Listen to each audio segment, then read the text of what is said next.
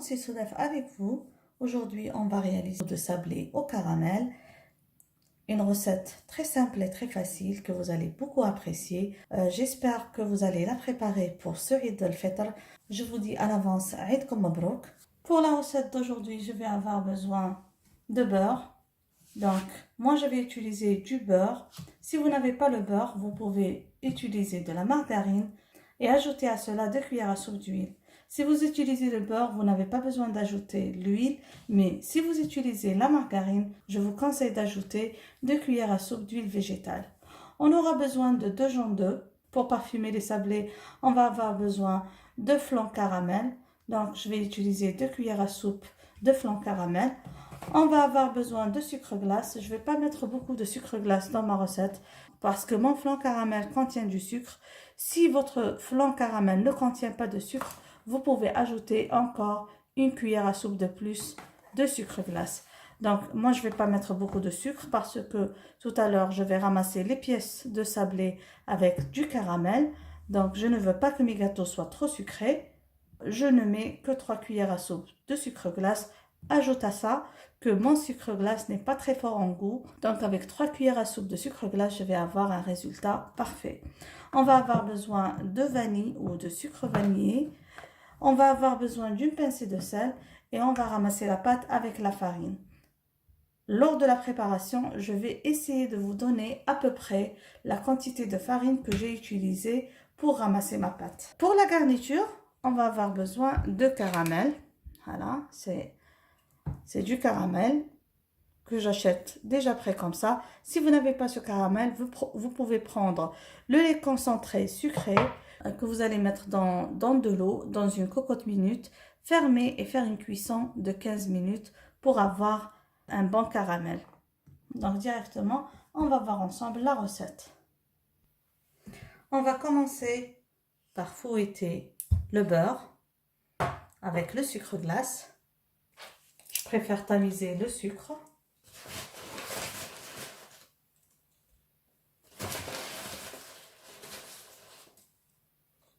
Trois cuillères à soupe de sucre glace.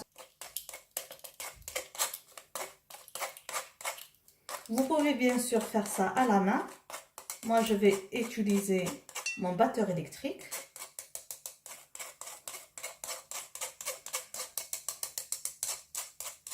Là.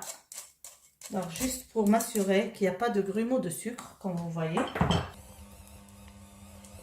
Tout doucement.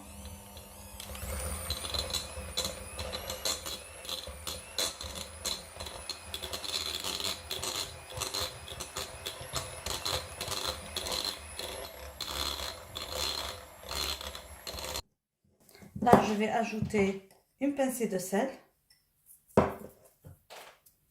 et une cuillère à café de sucre vanillé. Je vais encore introduire ça.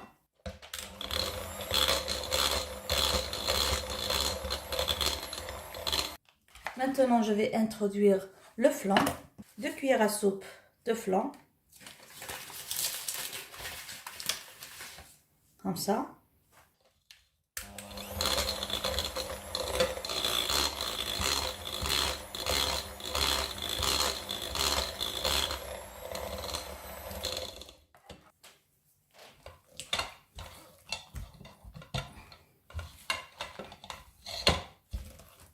Je racle bien pour m'assurer que le mélange est bien mélangé. Bien sûr, si vous n'avez pas de batteur, vous pouvez toujours faire ça à la main.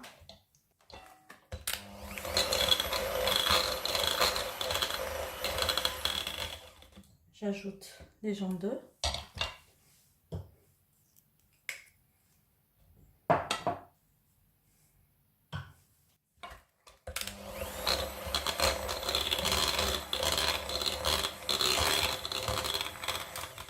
Quand ce mélange est bien homogène, on va commencer à introduire la farine avec une pincée de levure chimique.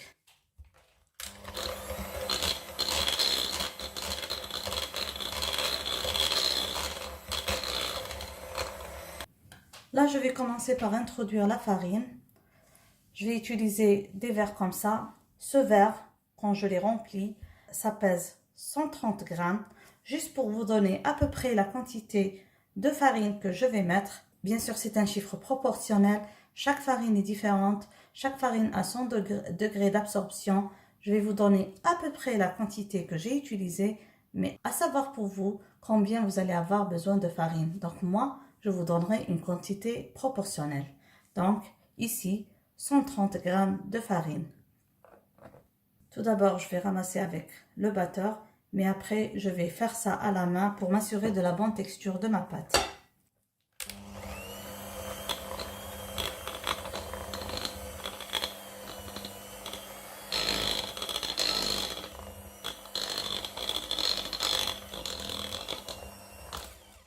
Encore 130 g de farine.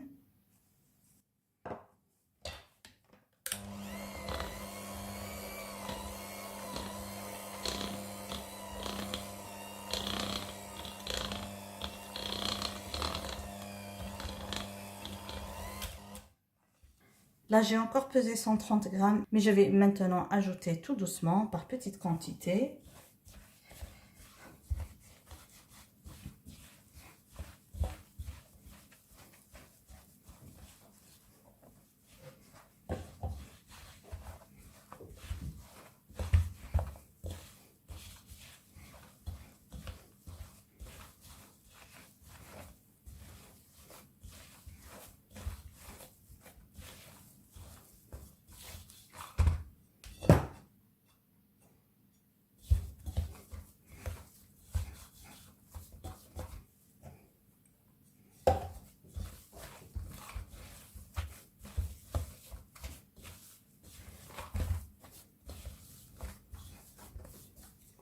Je vais encore préparer une autre quantité de farine.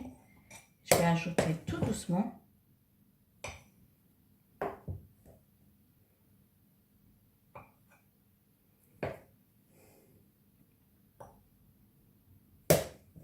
Là, j'ai pesé 100 g, mais on y va, comme je vous ai dit, tout doucement, parce qu'elle commence à se ramasser.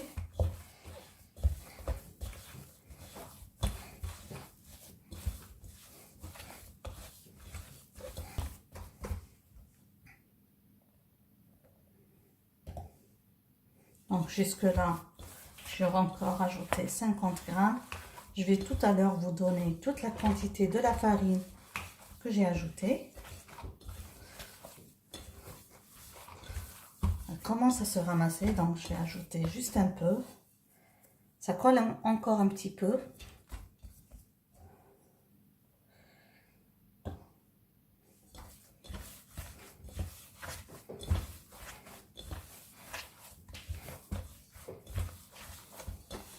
Là, ça se ramasse mieux. Voilà.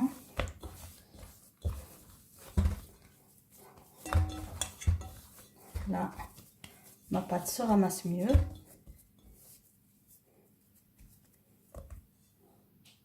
Alors, pour les quantités que je vous ai données, moi j'ai utilisé 470 g de farine. C'est une quantité que j'ai utilisée pour avoir cette pâte.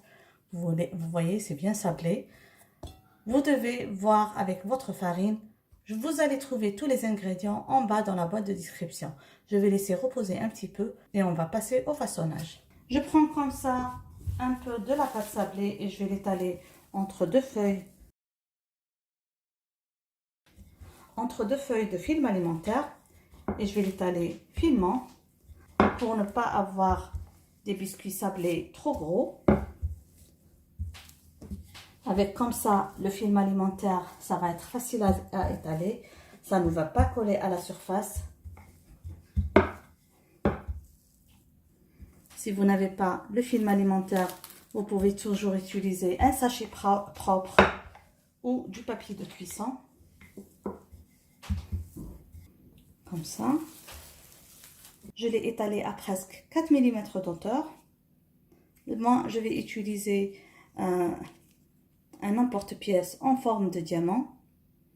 Et pour faire l'intérieur, je vais utiliser ce petit emporte-pièce en étoile. Donc là, je vais tout d'abord couper les pièces entières.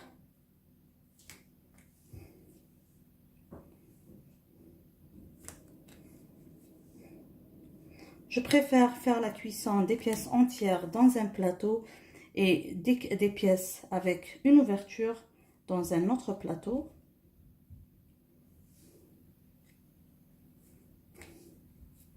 Comme ça, parce que les pièces avec une les pièces avec une ouverture cuisent plus rapidement que ces pièces-là.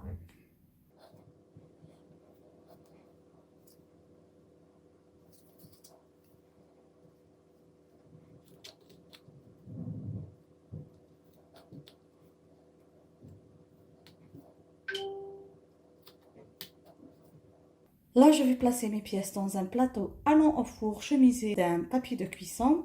J'ai transféré mes pièces dans un plateau. Je vais aussi faire les autres pièces et on va les mettre encore dans un autre plateau. Et après, on commence la cuisson. Donc, personnellement, je préfère préparer tous mes gâteaux et ensuite passer à la cuisson parce que les sablés cuisent rapidement. Tout de suite, ils peuvent prendre une couleur et brûler. Alors, je préfère commencer par préparer comme ça mes gâteaux, les mettre de côté et après allumer le four et faire la cuisson d'un coup. Pour les secondes parts de décoration des sablés, je vous ai dit, je vais utiliser ces deux emporte-pièces. Je trace comme ça et en même temps, avec celui-là, je l'ajuste pour avoir le dessin pour toutes les pièces au même endroit.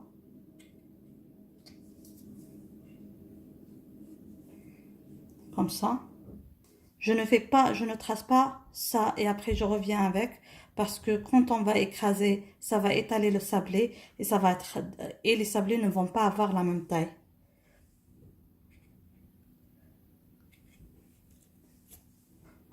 Comme ça. Vous pouvez bien sûr utiliser les emporte-pièces spéciales avec l'orifice au milieu. Moi, je voulais faire une décoration différente. On aime toujours avoir une nouvelle déco sur nos tables. Et comme tout à l'heure, on va les transférer délicatement sur le plateau de cuisson. Et aussi, on doit s'assurer d'avoir un nombre égal de pièces sans dessin et de pièces avec le dessin. Comme ça, j'ai préparé les pièces qui vont être la décoration de mes sablés. Et je vais faire la cuisson dans un four préchauffé à 180 degrés et surveiller en même temps pour que ça ne brûle pas et pour que ça ne prenne pas une couleur très très foncée. Avec la quantité de beurre et de farine que j'ai utilisée, j'ai pu obtenir 30 pièces de sablé. Bien sûr, ça va dépendre de votre emporte-pièce, comme ça va dépendre de la hauteur sur vos gâteaux. Alors, comme moi je suis gourmande, je ne vais pas remplir mes sablés avec la cuillère. Je vais plutôt mettre dans une poche à douille. Premièrement, ça va être très facile de manipuler le caramel pour couvrir les sablés. Et deuxièmement, ça va être moins salissant et on n'aura pas besoin de lécher nos doigts. Comme ça, je vais mettre la quantité de caramel dont j'ai besoin dans une poche à douille. Avant de commencer par rassembler les pièces de sablé, on va décorer le dessus avec du sucre glace pour donner un joli contraste. Vous pouvez bien sûr éviter complètement cette étape et garnir juste un côté avec un peu de confiture et parsemer par-dessus ou bien des grains de sésame grillés ou encore des cacahuètes concassées.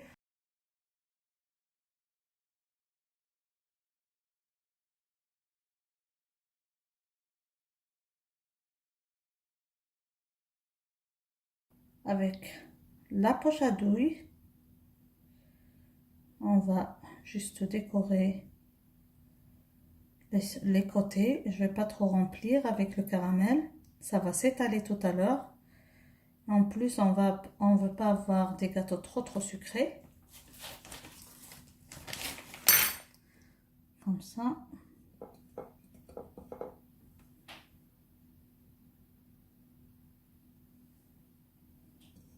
On va coller délicatement.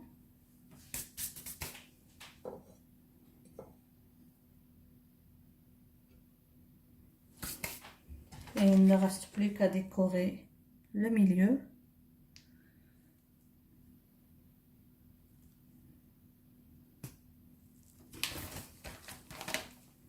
Et essayer d'étaler le caramel comme ça avec un cure-dent pour que ça va au coin de l'étoile. Bien sûr, si vous faites avec un emporte-pièce circulaire, ça va être plus facile.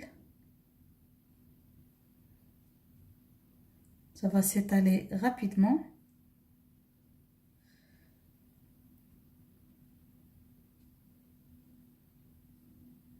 Et moi, je vais faire ainsi jusqu'à ce que je fais la décoration de tous mes gâteaux.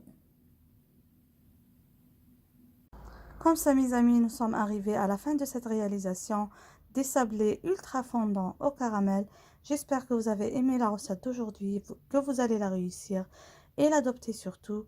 N'oubliez pas, si c'est la première fois que vous trouvez sur cette chaîne, de vous abonner et d'activer la cloche pour être notifié de toutes nouvelles publications. Sur ce, je vous dis encore une fois merci et à la prochaine. Bisous.